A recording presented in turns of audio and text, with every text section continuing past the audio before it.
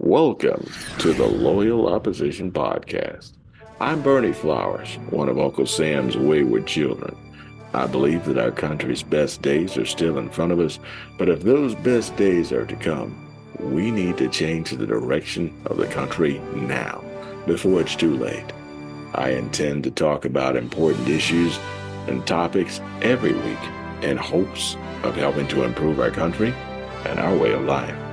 Please like, share, and subscribe.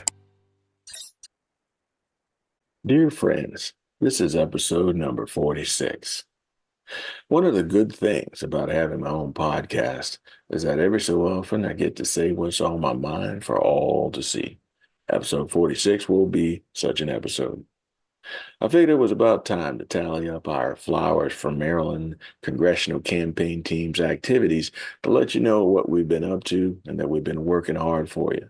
We're trying to build the sustainable grassroots momentum that we're going to need to win in November.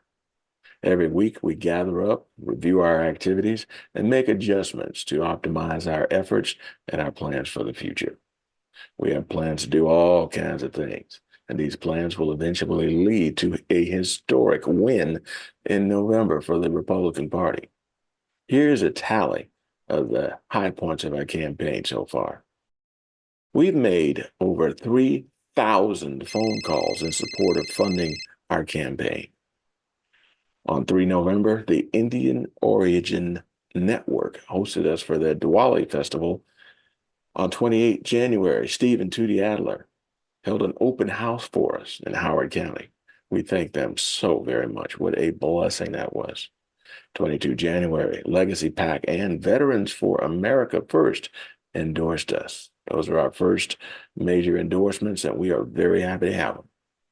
3 February, we attended the Global Neighbors China event in Howard County. It's beautiful, lots of pictures on Facebook, met some really cool people.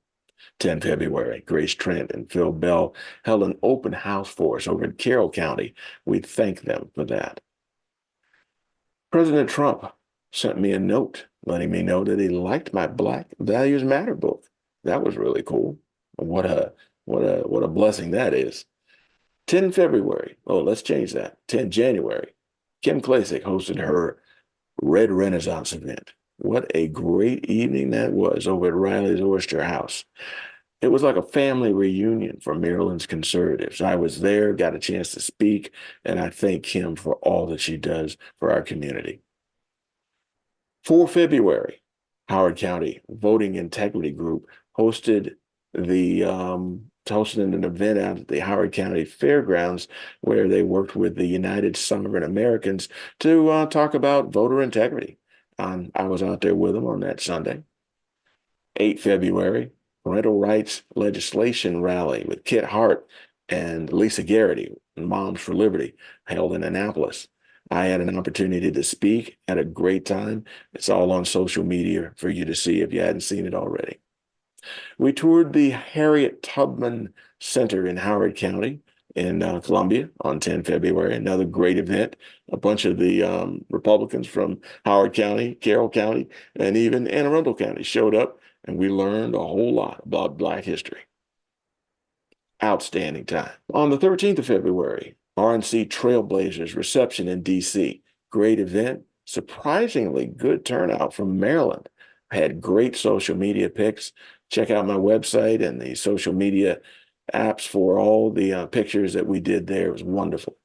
16 February, we were interviewed by Crosscheck Media. They asked about my campaign, flowersformaryland.com and other social media. It's all there. I think we did a fine job and let people know what we're about. 17 February, I was introduced and interviewed on the Jen Charlton show at WFMD out in Frederick with Jen Charlton. Jen, thanks for having us on. 18 February, Anne Arundel County Republican Central Committee gathered local elected officials, club presidents, and the Central Committee to talk to the candidates about how to run a successful campaign. I learned a lot at that event and met some of my other fellow candidates. 19 February, Anne Arundel GOP once again held their annual legislative reception and training Another great event where I learned a lot and met some new volunteers. Wonderful. 20 February, we were interviewed by Scripps Media, where I got to talk about the war in Ukraine and my experience in the Ukraine back in 2003 when I went there. 20 through 24 February, just recently, CPAC. I was interviewed by several major news outlets to include the New York Times, and I was also on Steve Bannon's War Room program. That was fun. And President Trump gave a long and engaging and very funny speech about his campaign. Maryland's Republicans were there in force. And I have seen a lot of things, but I haven't seen Maryland's Republicans gather like that. We were there. It was wonderful, huge crowd. I got a chance to meet Congressman Dennis Kucinich, activist Brandon Strzok, and celebrity businessman Mike Lindell. A great day for America's conservative movement. I was glad to be there. 27 February, Heritage Harbor Republican Club. I'll be speaking there. And also on 28 February, I will be interviewed by journalist Hiba Abdal-Lehman. And she's from the Egyptian News Network. They're operating down in D.C., so I'll go and talk to her about the campaign and whatever she would like. 29 February, Chris Anderson holding a fundraiser over at Bowman's in Parkville. He's running for city council in Baltimore's District 7. I wish him well, and I will certainly be there to support him. 1 March, Anne Arundel County Firefighters Association. I'll be speaking there and hopefully get to meet some of the great firefighters and public first responders that we have out there. So I'm looking forward to meeting them. 5 March, I'll be testifying at Maryland's legislature for the Victoria and Scotty's law. That's an anti-fentanyl legislation. We need to stop fentanyl. It's ravaging our communities, and I'm doing everything I can to help the effort. On 25 April, Coggs, Crofton, Odenton, and Gambrels and surrounding areas club, the Republican Club, they'll be holding a debate, and I expect to be there and to participate. So I hope to see you there. I believe it's 25 April, if I'm not mistaken.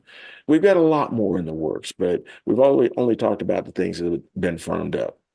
The bottom line is we'll be looking to place yard signs and do some door knocking soon as the weather warms up.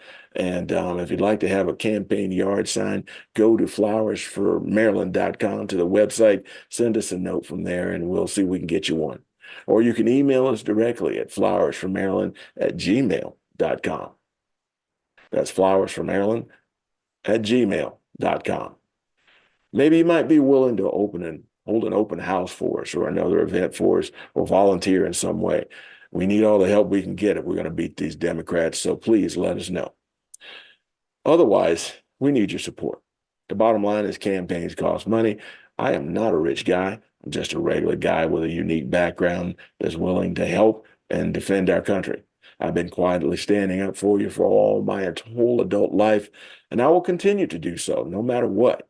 But right now, I just want to do a bigger job for it. And that's why I want to get into Congress to help you. In my commitment to advocate for you and safeguard our way of life, I deeply appreciate those who've already supported the Flowers for Maryland campaign. Your contributions have been invaluable. Now I urge you to join me in securing victory by contributing to our advertising efforts, specifically for campaign signs in Maryland's District 3. To compete effectively, we aim to raise $20,000 by March 5th. I know that's a big number, but the investment will ensure that our message resonates loudly, signaling to our opponents that we refuse to be silenced. Even modest donations starting from $10 will make a big difference and a big impact in allowing us to produce yard signs. So please consider making a donation today. Your support is crucial in amplifying our voice and spreading our message across District 3. If you can help us, please do so. And right now, we got the best chance to win a congressional seat in a generation. And I'll be happy to carry the flag for you against our Democrat opponents. But your support is needed to pull this off. Imagine how great it's going to be in January 2025 to see your Republican, sworn into Congress to represent District 3.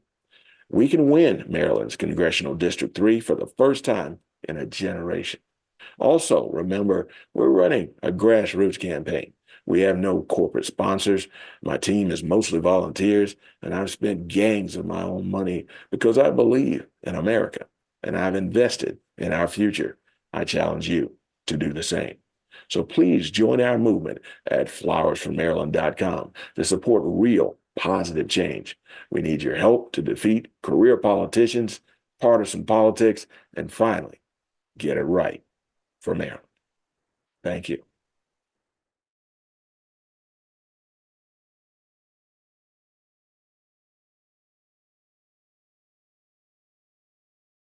Well, that's about it for now. This has been the Loyal Opposition Podcast, produced in association with Liberty Arise Media, Fallback Productions, and other podcasters. I ask that you like, share, and subscribe to this podcast and to this channel. Be sure to get your copy of my book, Black Values Matter, available on Amazon or as an ebook on Audible or on Apple Books. And also, remember, it's okay to disagree. But if we want our country to prosper, we must insist on unity, transparency, and civility from ourselves and our fellow citizens. Thank you for listening to the Loyal Opposition Podcast. See you next week.